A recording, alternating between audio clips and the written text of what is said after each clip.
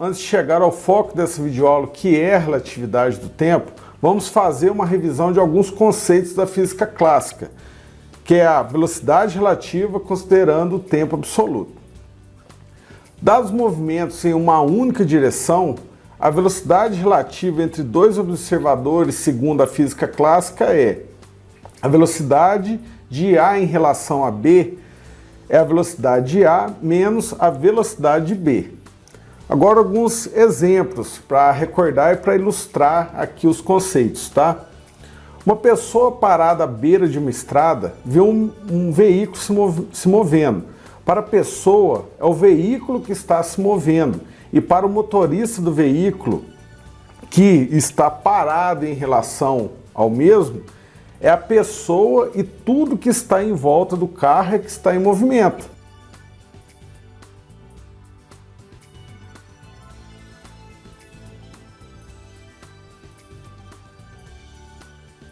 Duas velocidades no mesmo sentido, né, ou da esquerda para a direita ou da direita para a esquerda, tem o mesmo sinal. E com isso, a velocidade relativa entre elas se dá pela subtração entre as mesmas. Vamos lá ao primeiro exemplo. Ó.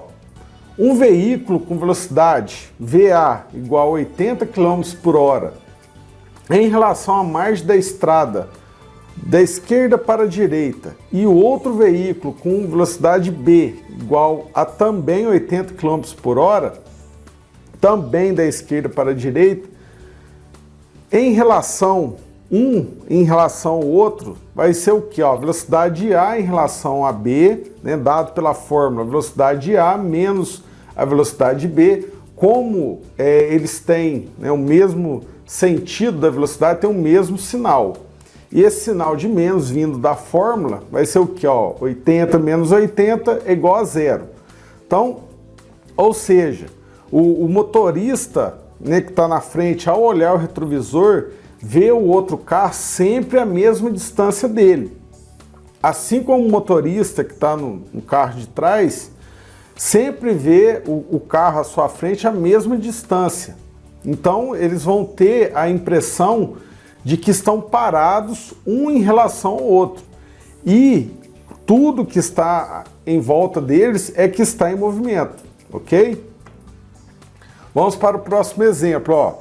Dois corpos com velocidades de sentidos contrários, inverte-se o sinal de uma das suas velocidades. A escolha é arbitrária. Tá? Então, se um está da esquerda para a direita, a gente adota como sinal positivo.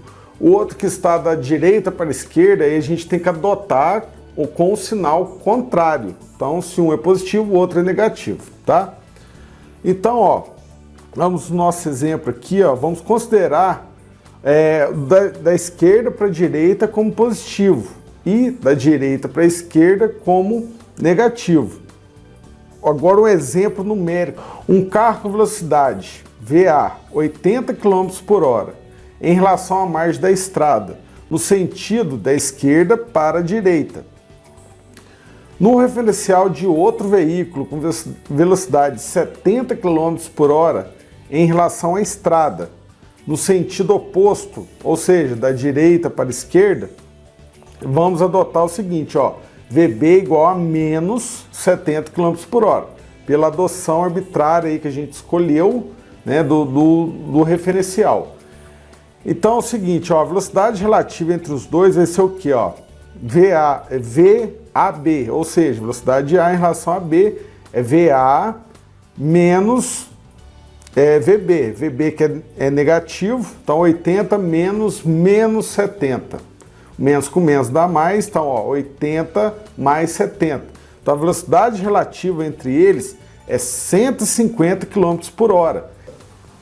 Para um observador parado à margem da estrada, ele vai ver tanto um veículo, né, da esquerda para a direita, ou o da direita para a esquerda, com suas respectivas velocidades, que marcam no velocímetro.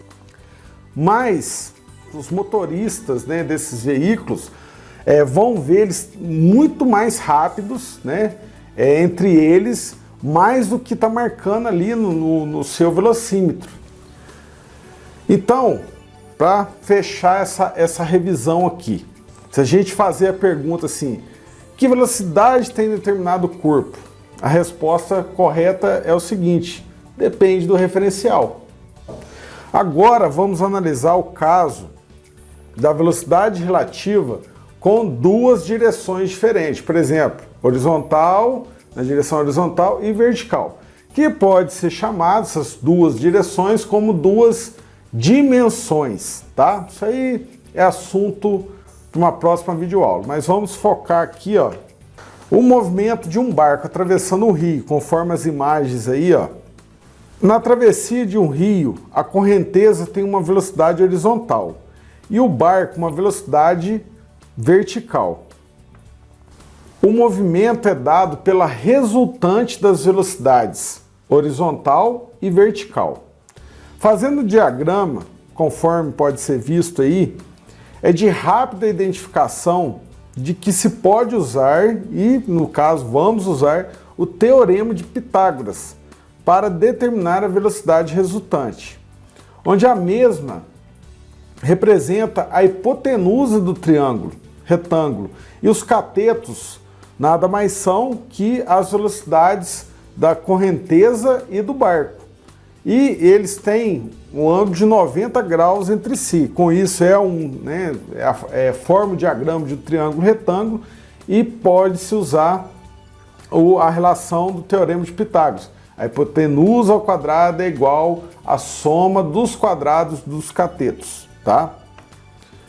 Então vamos lá, vamos exemplificar um caso numérico aqui, ó. Se a velocidade da correnteza é de 6 metros por segundo, na direção horizontal, considerando aí da esquerda para a direita, e a do barco é de 8 metros por segundo, na vertical, considerando de baixo para cima, conforme pode ser visto aí no diagrama, a velocidade resultante, que é a velocidade do barco em relação ao observador em repouso na margem do rio, vai ser o que? Velocidade resultante ao quadrado é igual a 6 ao quadrado, que é a velocidade da correnteza, mais 8 ao quadrado, que é a velocidade do barco na vertical, ok? Como estão, as velocidades estão já no mesma unidade de medida, metros por segundo, não precisa converter nada. Então vamos lá, a velocidade resultante ao quadrado é igual a 36 mais 64, que é igual a 100. Então essa velocidade ao quadrado, esse expoente vai passar, né, entre aspas, né, vai passar para o outro lado como raiz quadrada, que é a função inversa aí no caso. Então, raiz quadrada de 100 é 10. Então, a velocidade resultante, ou seja, a velocidade do barco em relação a alguém que está parado na margem do rio, é de 10 metros por segundo, tá?